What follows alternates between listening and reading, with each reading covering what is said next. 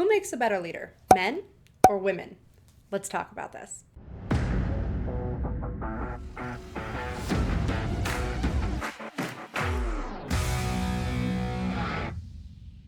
Hi, I'm Caitlin Kogan-Domner, co-founder of ecstaticway.com, and I've had a really unique experience when it comes to male and female leadership. A lot of people tend to think that women make more nurturing, caring leaders, but in my experience, all through growing up, what I found is that the men in my life were super empowering. They saw my potential, they nurtured me, they gave me authority, and they allowed me to take over as often as I wanted to. Whereas the women in my life, the bosses and coaches who were female, ended up feeling threatened by my talent and put constraints around what I could and could not do to try and keep me in this nice, safe little box. And as I was looking at these two things, I was like, well, what does it mean to be a good leader? If this is a gendered issue, I'm in trouble because I want to be that kind of leader. And so I started studying leadership and what does it mean to be a good leader of a community. So what we've discovered is that there are three elements of good leadership, not just where you're leading your community, but community is leading the leadership. And it does actually have something to do with feminine and masculine energy, not genders. So when we think of the Tao has two sides, the yin, which is the feminine, this is the nurturing, the flow, and the yang, which is the masculine, the structure, the analytical thought, the conscious mind versus the subconscious mind. So when you're thinking about your community, you need to blend both of these. The first principle is purpose. So we're going to talk about the three principles of community-led leadership. I'm going to go a little out of order because it's first is yin, third is yang, and then I'm going to talk about the second where they come together really powerfully. So make sure you stay to the end. So the first principle is purpose. When you are starting as a leader, your first questions are to yourself.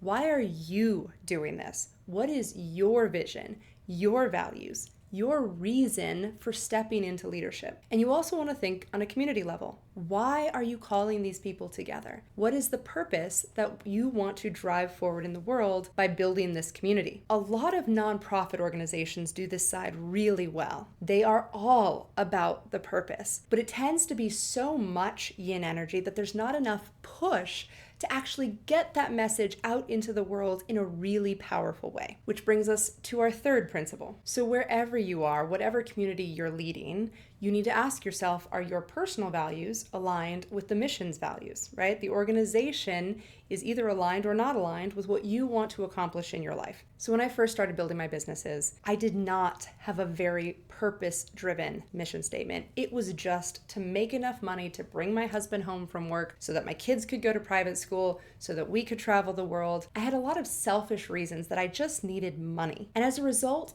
building a business was hard. I felt like I was doing it alone because I was, right? If I was hiring people, it was in a mercenary capacity. They were serving for the paycheck, not for the purpose. Now, in this second business that I'm building, an Ecstatic Way, it is all mission driven. It is not about me at all. I would much rather that somebody else have their face in front of this camera because then we could reach more people. So because it is now mission driven, I am finding that I am calling in the most spectacular humans on the planet who say, yes, I want to partner with what you're doing. We believe in the mission that you're achieving. What can we do? How can we support you? They're coming out of the woodwork to volunteer, not just work, but to give their time, their talents, their creative energies, because it is not about me. It is about the mission of ending emotional suffering in the world.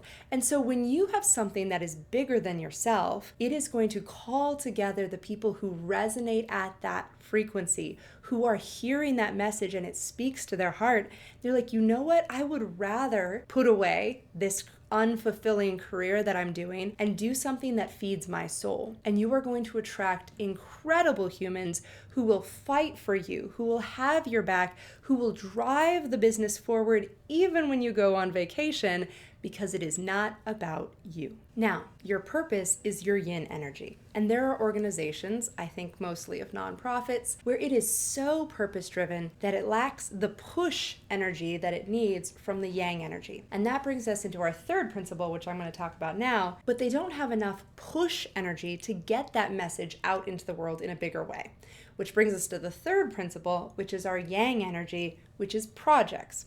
So in terms of projects, your community needs to actually do something in order for it to work. You need to understand what are we here for, and then you need to go put boots on the ground and do that thing. Doing projects is not like arts and crafts. You do not have to get together and do a team project. The work itself is projects. So thinking through what is the work that we're doing and how can we use this as an iterative feedback loop to help us understand who we are. It's going to feed back into our purpose, why we're here, and what makes a good leader. So this is where we start getting feedback. This is the yin energy is our purpose, what we want to do in the world. The yang energy is where we're getting feedback on, does the world want us? So we're going out in the world, we're doing work in the world, and we're using that feedback to reinforce. Now what's interesting about the yin and the yang principles is yin energy is receiving, yang energy is giving. It's creating a contribution in the world. So what is your work producing value for your economos, your household, so that you are creating value, not just for yourself, not just for your team, but for the world around you. So let's talk about how projects can not only illustrate leadership principles, but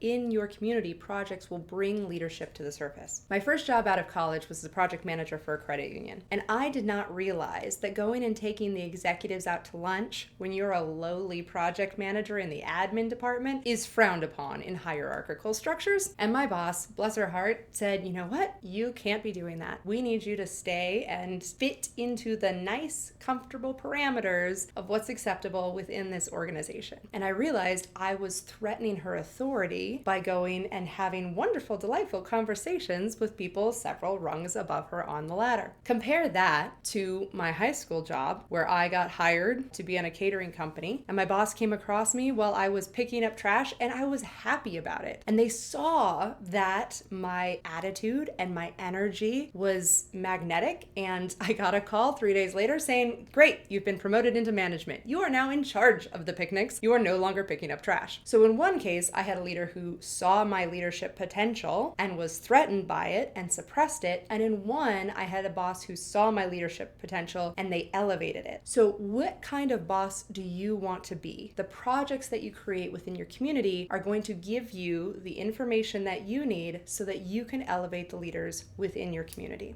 So our first principle was purpose. This is our yin energy. Our third principle was projects. This is our yang energy. The second principle, pack, is where we draw these two energies together like epoxy. This is what holds everything together. Your pack responds to your purpose like a call. Imagine a wolf's howl. It is your howl to the world that is going to call your wolves together. They are going to hear what you are about and they are going to come running. But then you have to give your wolves something to do. You guys together are going to take something down. What is it that is really important for you to fight for or against? Give them a joint project to work on and sink their teeth into. So when I first started experiencing leadership, I was experiencing it as a gendered thing, male versus female. It is not a gendered thing. It doesn't matter who you are. You can be an amazing community-led leader. And the way you do that is by embracing both your feminine and your masculine and being a whole